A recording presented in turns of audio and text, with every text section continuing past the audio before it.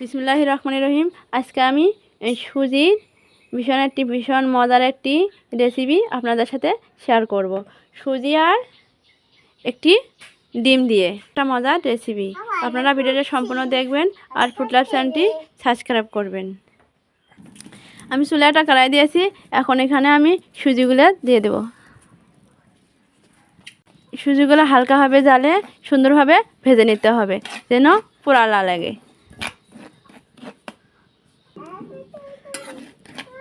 ভালোভাবে একটু ভেজে নেব যেন পোড়া না লাগে। খুব সহজে এই রেসিপিটা তৈরি করা যায় অল্প সময়ের মধ্যেই। ভাজা হয়ে গেছে, এখানে আমি এখন স্বাদ মতো লবণ দিয়ে দিলাম।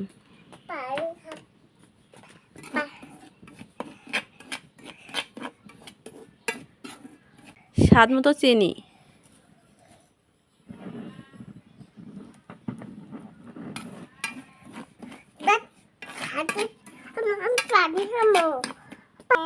এখন এখানে আমি পানি অ্যাড করব।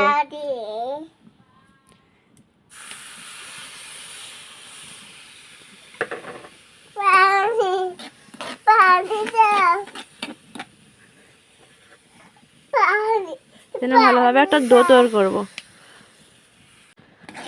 ভালোভাবে এখন আমি এটা পানিটা টানে গেছে, এখন ভালোভাবে মিক্সড করে নেব।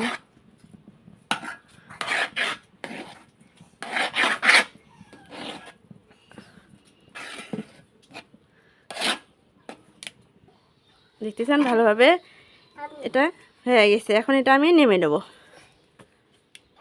এটা বেশি ঠান্ডা হওয়া যাবে না। প্রথমে যে আমি ডিমটা ভেঙে রেখেছিলাম ওটা এখন এটা আমি দিয়ে দিলাম। এটা দিয়ে ভালোভাবে এটা এখন মতে নিতে হবে।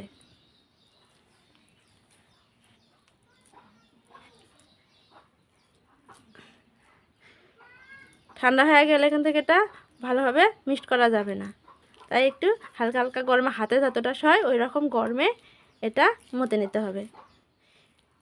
ডিমটা দেওয়ার পর এটা নরম হয়ে যাবে। মতে নেওয়ার পরে আস্তে আস্তে এটা স্বাভাবিকে ফিরে আসবে।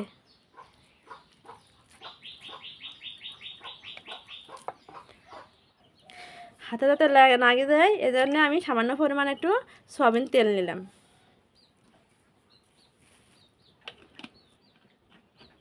আপনারা চাইলে ঘিও দিতে পারেন।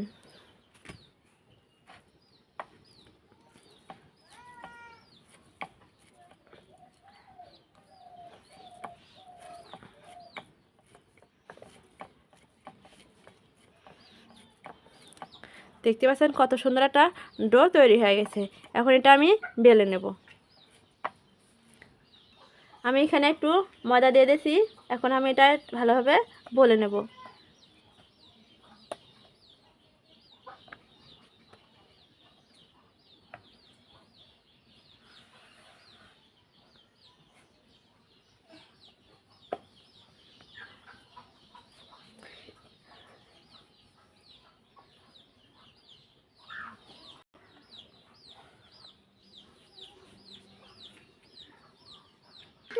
এটা বেশি পাতলাও করা যাবে না, বেশি ভারীও করা যাবে না, মিডিয়াম সাইজে এটা করতে হবে।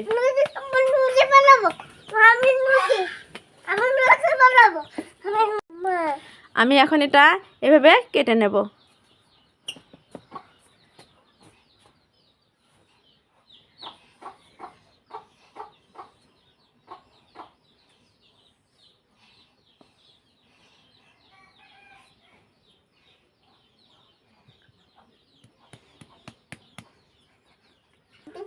সবগুলো কেটে না পাই এগুলা বাকি অংশগুলো আবারও আমি একটা রুটি বলে নেব।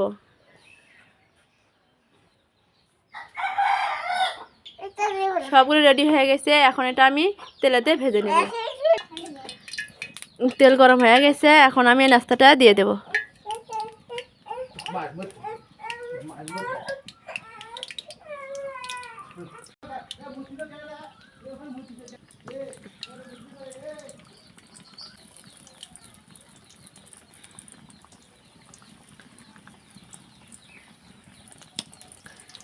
চার 5 মিনিট পরে এখন আমি এটা উল্টে দেব।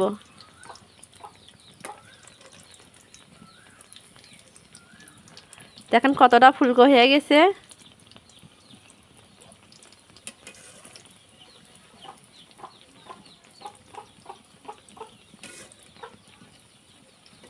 দেখেন কতটা সুন্দর ফুলকো হয়ে গেছে। আমি একটু লাল লাল করে ভাজবো। এটা এখন হয়ে গেছে, এটা আমি এখন উঠে নেব। এভাবে বাকিগুলো এখন আমি ভেজে নেব।